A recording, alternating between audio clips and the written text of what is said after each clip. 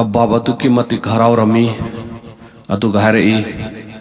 मोहम्मद सल्लल्लाहु अलैहि वसल्लम कोहे कोफा दा अरकाम गी युमदा लेबनी अल्लाह अल्लाह तंजा आसी फातिमा गी कयादा नुंगाइखरबा मतांगनो अदुगा शहीद किसु ख्वाइदगी नुंगाइबा पुंफम अदु अरमी ngасidi फातिमा रज़ियल्लाहु गी मनाउनुपा अदुगा शहीद की मबाई उमर इस्लाम की मतम पाकता लाकलम्मी उमर मुशरिक ओइना लाकपनी मोहम्मद सल्लल्लाहु अलैहि वसल्लम की ई की खौरांग लम्मनी खोंगथांग यांग चलम्मी मोहम्मद सल्लल्लाहु अलैहि वसल्लम बु मागी लुचिंगबा सेमनबा मतिक मगुन लेरबा महाकी मफमदा महाकी मकोकपु थमजरमी उमर अरकाम रज़ियल्लाहु की युम योबा मतमदा युम मदुगी थोंगे पोना लोलम्मी थोंग थिलम्मी मतम मदुदा बिलाल की खुंजेल तारमी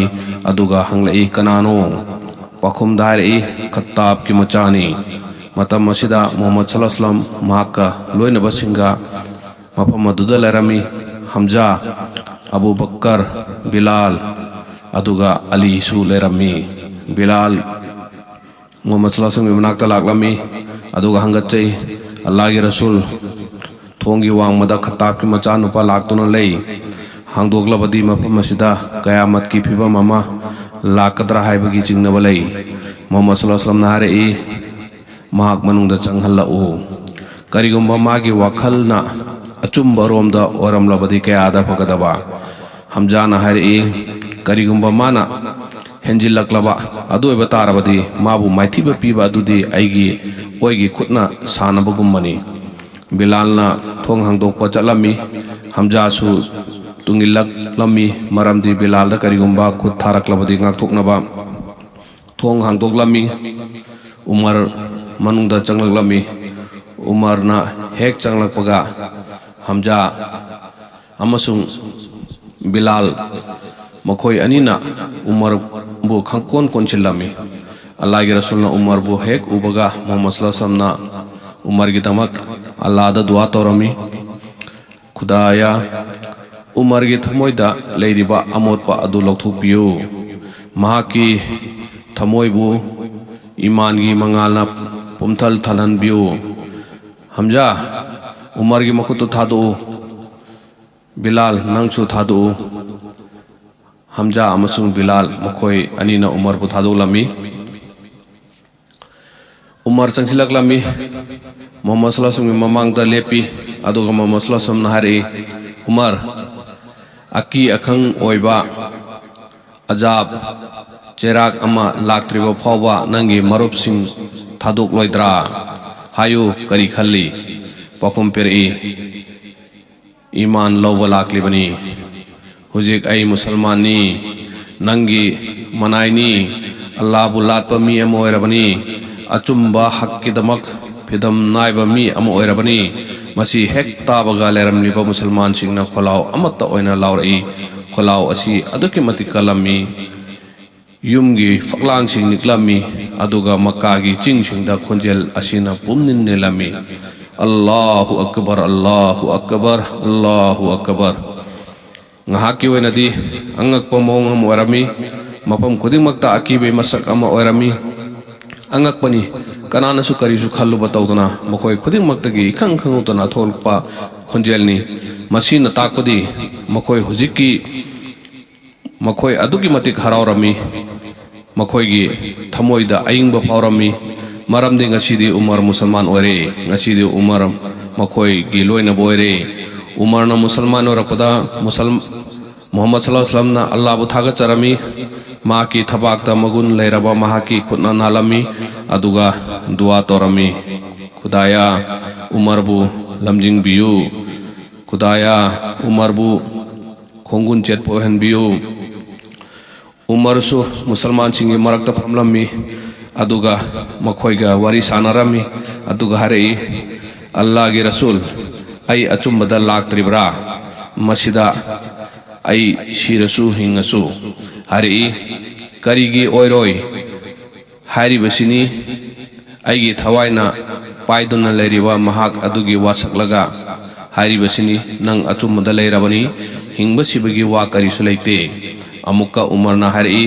अदुदी लोतुना लैरिबा असिना करिगी अल्लाह की रसूल कुमलई अखोई खजिक्तनी येकनबा यामी उमर रजिल्लाहु अन्हु हारई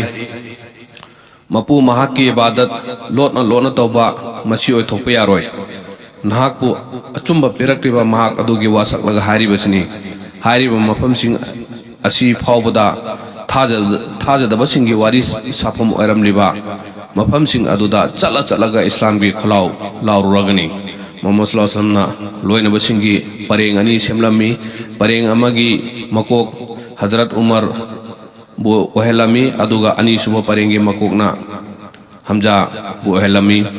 मथौना लेरबसिंगी परेंग अनि अदु कबागी मैके पांगलमी मफम अदु यौरबा मतुंग हमजा मफम अदु यौरबा मतुंग नमाज पांगथोकलमी मदुगी मतुंगदा मखोइना अदुकी मति कन्ना लाउरमी खोंजेल अदुना मक्कागी चिंगमाइसिंगदे येरमी खोलाव अदुदी ला इलाहा इल्लल्लाह मुहम्मदुर रसूलुल्लाह नुमित असी इस्लाम की गांथोरकपा था अदुनी नुमित असी इस्लाम की मथौना मापांगल लेना थोरकपा नुमित अदुनी नुमित असिदा कुरेशना फंखेबा चैथेंग अदु ममांगदा अमुक थोखिद्रिबा अदु ओइरमी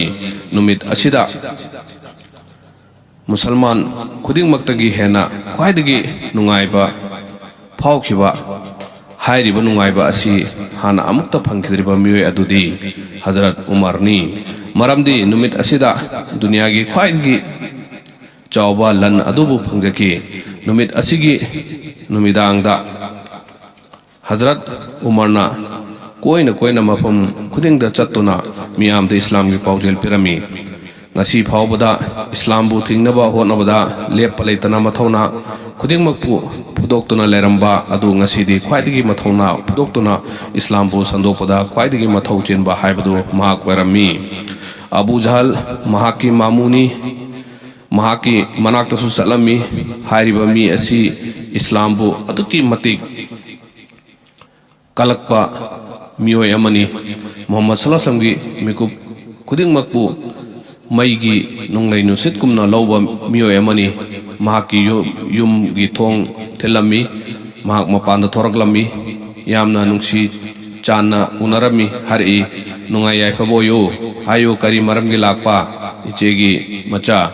आइना मफम मसिदा लाकपे मरमदी आई मुसलमानी हाइबा लाकपनी आई अल्लाह खक्तदा थाजबा पुरकले मोहम्मद सल्लल्लाहु अलैहि वसल्लम बु नबीनी हाइबा यारे अदुगा मागी वहाइसिंबु आइना लौसिनजरे